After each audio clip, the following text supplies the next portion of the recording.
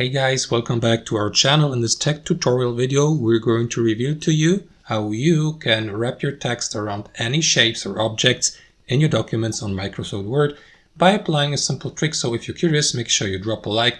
And now let us dive into this. So guys, open the document on Word you would like to edit.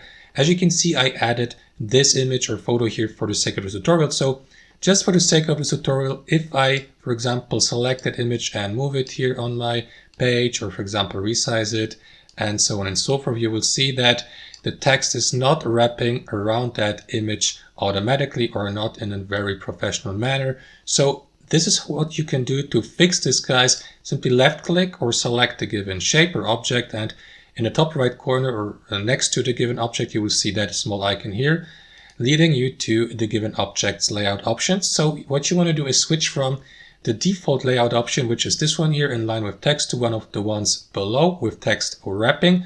I personally would recommend to go with a square or tight text wrapping, but it's totally up to you. So let me go with the square text wrapping for the sake of this tutorial. And after that, you may close that window. And as you can see, the text is now wrapping around the given shape automatically, accordingly, and professionally looking. So if I, for example, resize that image just for the sake of this tutorial, you see that the text is aligning and wrapping accordingly, and it fits perfectly, as you can see. So I may move around that image around here, for example, on the page, and the text is moving along with that image automatically. So it is wrapping around it. And yeah, that's basically the trick here, guys. You may do or apply the same trick for any other object or shape you add to your document or page on Microsoft Word.